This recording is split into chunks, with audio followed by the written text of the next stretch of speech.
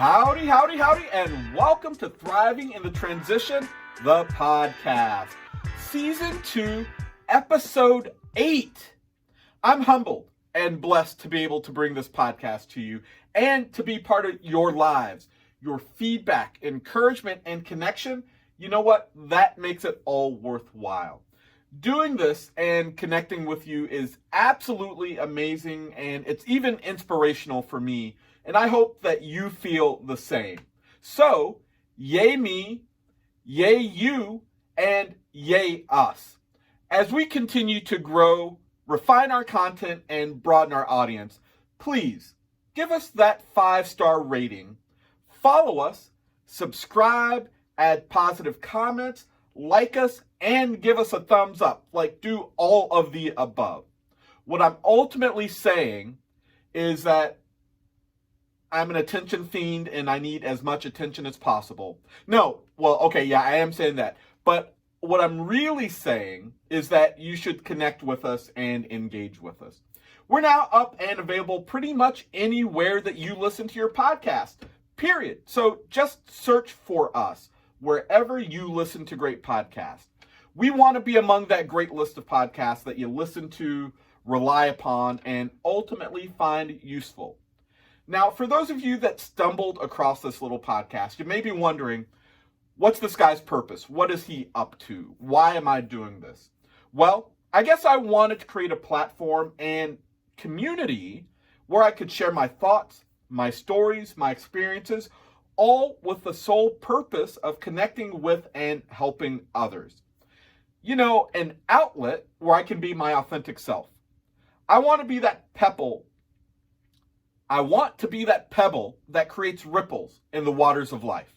Simply stated, I want to change the world, and I want you to be a part of that Thriving in the Transition movement. One person's not a movement. A group of people is. That's why I need you. Public service announcement number 1. No one ever got there alone.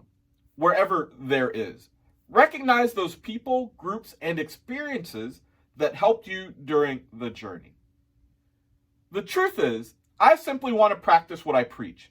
I absolutely believe that my purpose in this life is to connect with others and to bring people together.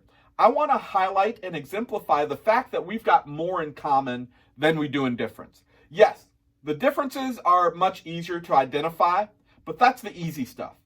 Discovering and appreciating the commonalities, that's much more of a challenge. That's much more fun. So yeah, that's partly why I'm doing this.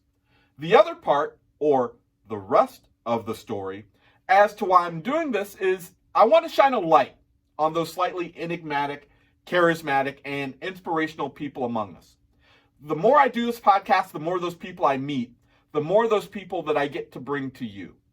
I want to share their stories about thriving in and during transitions, the theory being that hearing about other people succeed will give anyone that may be struggling the motivation or encouragement they need to continue and thrive in their own respective transitions.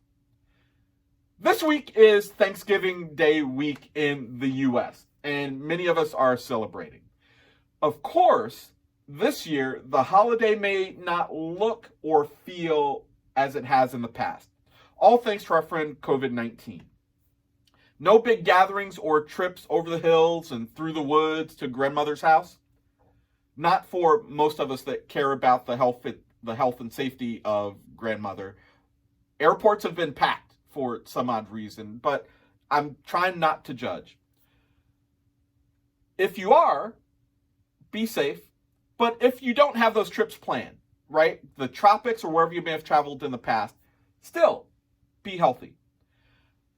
What I want to bring to you is that there's still plenty to be thankful for, regardless of where you celebrate, regardless if you travel or not.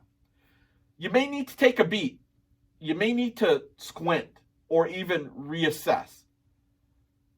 But there's still a lot for us to celebrate. And that's what this episode is all about. Gratitude. We'll get into this topic right after this little break. All right, let's look at the textbook definition of gratitude, right? It's a noun. The quality of being thankful, readiness to show appreciation for and to return kindness. Example, she expressed gratitude to the committee for their support. All right, to me, gratitude is that thing that keeps the doors of opportunity open during a transition. It's that thing that enrolls other folks to support you. It engenders them to your cause. Gratitude is also that thing that can keep you motivated. It can keep you sane and energized. That thing that keeps you going during your transition. And I want to look at gratitude from two perspectives. The first is my own.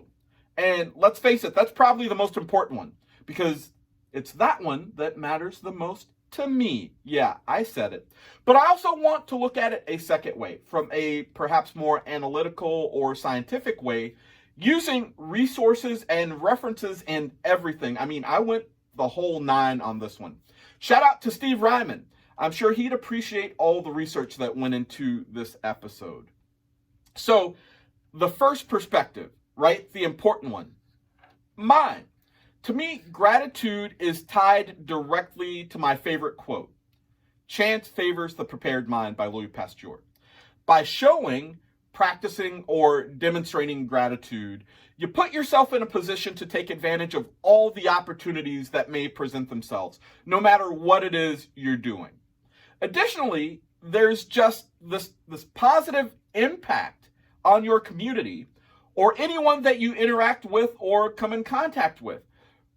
Flashback to last week, like my grandmother would say, you can catch more flies with honey than with vinegar. I believe that gratitude has dual benefits. There's one benefit to self. I think that's obvious. There's health benefits, all kinds of good things. But there are also benefits to others. With gratitude comes vulnerability, authenticity, and opportunities to grow and develop. All those very personal things that make us stronger, that help us to thrive in the transition. Gratitude is also a way to acknowledge that there's something out there bigger than yourself. So it forces you to be humble in some way, shape, or form. Now, the benefit to others is acknowledgement and appreciation.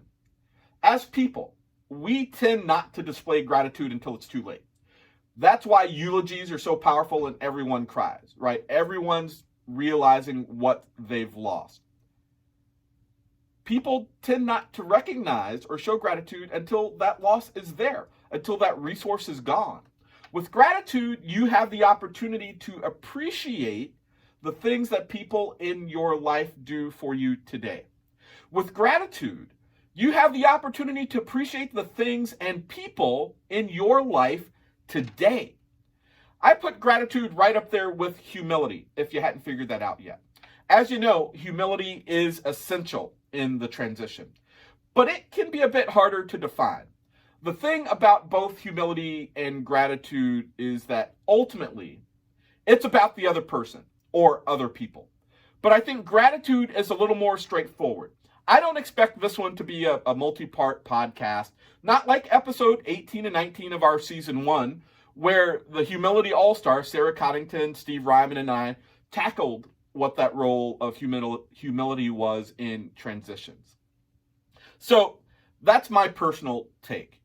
Now, for something maybe a bit more analytical, there's a lot of scholarly works out there from major universities, from trade articles, trade magazines, like people with degrees with all kinds of EIO letters and all that good stuff.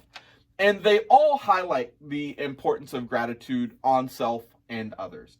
For example, UC Berkeley did a study with about 300 adults on how gratitude can change your brain. They had this premise or question: how can mental health care professionals help clients derive the greatest possible benefit from treatment in the shortest amount of time? Their study was conducted with persons struggling with mental health concerns because they highlighted that most studies on gratitude were with healthy folks right? People that didn't struggle, people that sort of knew where they were going. And all the results were pretty much the same. But in this case, they did it with people that were struggling with mental health. And here were their top insights. 1, gratitude unshackles us from toxic emotions. Whether you struggle with mental health or not, we all experience those toxic emotions that keep us there. Those are the things that create that feeling of not being safe, right? In order to move forward in your transition, you have to be safe. Reference Thriving in the Transition, Season 1. 2, gratitude helps even if you don't share it. I think that's the really amazing thing here, and you're going to see this as a repeated theme in some of the things I talk about right now. Even if you don't physically say it, if you don't verbalize it, if you don't write it down, just thinking about gratitude will help you. The reality, and this is number 3, gratitude's benefits take time. You can't be really grateful one day and expect all these benefits.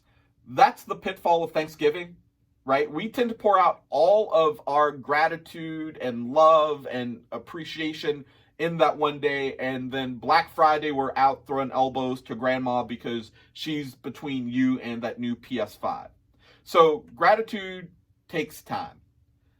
The benefits of gratitude take time. Number 4, from this Berkeley study, gratitude has lasting effects on the brain. So if you take this to heart, if you practice gratitude, if you think about what you're grateful for, if you show appreciation, there are long-term benefits that are usually way more positive than negative. Also, according to Psychology Today, here, I love this, it caught my eye. Psychologists find that over time, feeling grateful boosts happiness and fosters both physical and psychological health, even among those already struggling with mental health problems. Studies show that practicing gratitude curbs the use of words expressing negative emotions and shifts inner attention away from such negative emotions as resentment and envy, minimizing the possibility of ruminating, of which is a hallmark of depression. So, layman's term, my translation of that, showing gratitude, being grateful, helps you mentally and physically, right? I said that already. That's not a big surprise. However, it gets you away from negative thoughts and emotions, allowing you to focus and move forward, helping you to avoid things like being depressed, right? Because when there's a lot in the world going on, depression is an easy thing to fall into, even if you don't know you're depressed. So being grateful, showing gratitude, practicing gratitude is a way to keep you healthy overall. On top of that, PositivePsychology.com, they list 14 benefits of gratitude, most of them for the individual, however, some for groups. Again, just reinforcing some of my personal beliefs. I told you it was the most important one here. But according to PositivePsychology.com, the benefits for the individual: increased happiness and positive mood, more satisfaction with life, being less materialistic, less likely to experience burnout, better physical health, better sleep, less fatigue, lower levels of cellular inflammation. I don't know what that is exactly or where they were going, but if I can avoid it, I'm all about avoiding cellular inflammation. People have greater resiliency, and it encourages the development of patience, humility, and wisdom. So those were the benefits for the individual. For the group, the benefits are: it increases pro-social behaviors, right? You have to focus on that community. It strengthens relationships. It may help employees' effectiveness, and it may increase job satisfaction. So for groups, literally there's a payoff. There's an impact to the bottom line. Public service announcement number 2. Gratitude is very personal. Practice gratitude in a way that works for you. So lots of good stuff there, right? Are you ready to be more grateful and to practice gratitude more? Here's some tips. This time we go back to Psychology Today. And I want, again, you heard the PSA. This is very personal. So take what you need from this list of things, right? Psychology Today suggests that you keep a journal of or in some way note big and little joys of daily life. Write down 3 good things. Identify 3 things that have gone well for you and identify the cause. Write thank you notes to others. Think about people who have inspired you and what about them was most significant. Engage in mental subtraction. I love this concept right here. Imagine what your life would be like if some positive event had not occurred. Talk about appreciating, right? Back to that thing, not showing appreciation or acknowledging something until you lose it. This mental subtraction is a way to practice that without having to deal with that loss, which is critical, right? I don't want you to have to go through loss to really get the benefits of gratitude. So, from Psychology Today. If you're not convinced yet, here's some other tips from Harvard Medical School to help you cultivate gratitude. You're going to hear some repeats. Write thank you notes. We heard that from Psychology Today. Thanks for verifying, Harvard. Thank someone mentally. We heard that early on. Even if you don't share gratitude, just thinking about it is a way to practice gratitude. Keep a gratitude journal. We heard that one. Count your blessings. Pray. Meditate. So just some amazing stuff here. Hopefully you're taking notes or doing that mental list of the things you do or you don't do or what you could add. Now, I'm not going to let Psychology Today, Positive Psychology, Harvard, and Berkeley have all the fun here. I want to share my personal favorites with you, the ways that I practice gratitude or show gratitude or appreciate things and people in my life. Number 1, I say I appreciate you versus I appreciate it. Now, last week, you tuned into the well-being episode with Marcus Lucy. And I gave him credit after the call. Now I'm going to give him credit publicly. I got this from him. Saying I appreciate you is much more personal and powerful than I appreciate it. I used to say I appreciate it all the time. There's nothing wrong with it, right? Let me put that out there. There's nothing wrong with saying I appreciate it. But for me, my realization was I appreciate it is about the thing, right? Someone holds a door open for you, pulls out your chair, brings you another beer, whatever. I appreciate it. That's the act. But anyone can do that act. Anyone can be nice to you. Saying I appreciate you acknowledges the person. Because, let's face it, not all people did that act in that moment. The person did. So I appreciate you is, for me, a really powerful way to express my gratitude. Number 2, make deposits in my gratitude ball. Yes, I said it. You did not hear me incorrectly. I've got a gratitude ball that my wife gave me for my birthday. And for those of you lucky enough to see this video, here's my gratitude ball. It is a colored glass ball. It's green. I'm born in May, so emerald. So feel free to send me some emeralds if you want to celebrate my birthday. But the gratitude ball, it's a glass ball. It's hollow. It's got a little opening where you can fill out little slips of paper of things that I'm either grateful for, thankful for, or wishes that I have. So once a week, I fill out the little slip, roll it up, put it in the little gratitude ball. It's a piece of art. It's physical. I can touch it. It's a conversation piece. But it's the physical manifestation of all the things I'm grateful for. And I see it every day. I look at it when I record this podcast. It's right there. Not to mention, it shows gratitude to my wife for getting it for me in the first place because I actually use it. And she knows that it means something to me versus those gifts or things that we may get that we promptly put in a drawer or a closet and never ever use. So that's number 2. Number 3. Now this one It's effort, it's work, it requires vulnerability and all those other things that I mentioned earlier that come along with expressing gratitude. And you heard forms of this from some of the other sources, but I want to get specific because it's personal to me. Reach out to a favorite teacher or someone that has helped you or had an impact on you. Tell them about that impact and what it meant to you. Now, in the age of social media, I've done this. I reached out to a couple teachers that have had tremendous impact on me. A couple of them knew the impact, but I had to share, and they get shout outs right now. There are 3 women that I want to recognize. One, Mrs. Ryman, my first grade teacher.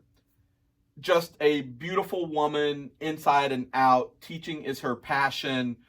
She's one of those teachers that you just always remember. The connection, the gratitude to this woman is so powerful. She was at my wedding. How many of you can say your first grade teacher was at your wedding?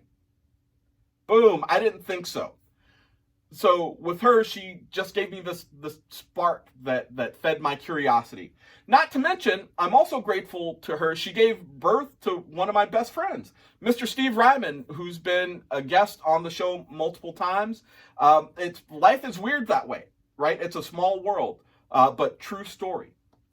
Number 2, shout out to Mrs. Dew. Now, we're connected on Facebook, and you've sent me notes acknowledging what I'm doing now and that I've found my voice. That alone, just super encouraging, but humble brag coming. Mrs. Dew was my gifted teacher back in the day. Yes, I was labeled gifted. Not just labeled, I was, damn it, I'm going to acknowledge that. But like, she just really fed that spark, and I knew she was there for me. Personalized experiments and just encouragement. I found this book that I wrote, I think it was 3rd grade, that was part of my project that year, where I wrote the stories and illustrated it, and she brought in like wallpaper to help make this book, and I sewed the pages together. For me, things I never thought to do or had the opportunity to do or could afford wallpaper to put on a book. Just amazing, amazing stuff. And that encouragement went well beyond the 3rd grade. Right? So, Mrs. Dew, thank you for everything you did. And then, Mrs. Wright, Kathy Wright, thank you for being my chemistry teacher. That sparked a passion. I no longer practice chemical engineering, but that class and the way you structured and what you brought to the table, letting me come in after school and really be a lab rat and play, and I dissolved probably more pennies than I should acknowledge because I told you I wouldn't, but yes, I dissolved pennies in nitric acid. Yes, I was safe. I used a fume hood and everything. But that had an impact. And so thank you for that. So my challenge for my listeners, who's impacted your life? Who do you want to show gratitude to? Reach out to those folks. Let them know. So it's safe to say that you've probably put together that there are lots of ways to show or practice gratitude. There are numerous benefits, including physical health and mental well-being, not only for you, but for your community. All of these things allow you to thrive in the transition. They make thriving in the transition possible. That's where I started. Gratitude is, I don't know, maybe the secret sauce. But I'm curious, what stood out to you from today's episode? What are you grateful for, and what's your favorite way to show gratitude? Please share your responses with us in the comments wherever you listen to this podcast, or just send me an email, will.campbell@logicconsulting.com. We want to hear from you. Well, folks, that brings us to the end of Thriving in the Transition, Season 2, Episode 8. Thanks for joining us for this, our sophomore season. If you're getting something from this podcast, go ahead, just give us that 5-star rating. Show your appreciation and give us that 5-star rating wherever you listen to your podcast. Subscribe and add us to the list of other great podcasts that you listen to. Follow me on Twitter and Facebook at Logic Consulting. Also, follow me on Instagram at Logic_Coach. You know what? Follow me on Spotify at GQ Down. Not just the podcast, but follow to listen to the music that I listen to get through my transitions. As well, again, our guests, they give you their favorite song to help them. All that's there in a playlist. Reach out on LinkedIn at DJ Will Rock. Don't forget the YouTube channel as well, Thriving in the Transition. And yeah, that website, www.thrivinginthetransition.com. You can get to all of our episodes right from that website. Just go there. While you're there, take a look around, make yourself comfortable, get you a snack. See how else we can connect. Maybe you need a coach or a business consultant or a keynote speaker. I've almost mastered the English language. Hit me up. I'll come and speak to your group. Let's change the world together. Lastly, if you're interested in supporting this podcast and helping us grow, send me an email, a tweet, an IM, a direct message, whatever. Go to my Patreon site, www.patreon.com/TITT, and become a patron. Just click the button that reads Become a Patron. We're working on merchandise. I'm doing some research. We're working on tiers, levels, patron-specific content. I'm recording this thing, and patrons can see that raw, uncut footage, including bloopers. So the way I think about it, a new season, and I'm trying to come up with new ways for us to get connected. Most importantly, don't keep this a secret. Tell your friends, tell your family, tell your coworkers, and tell your children. I'm grateful that you're part of the Thriving in the Transition movement. I appreciate each and every one of you. Until the next episode, folks, cheers. Have a great day.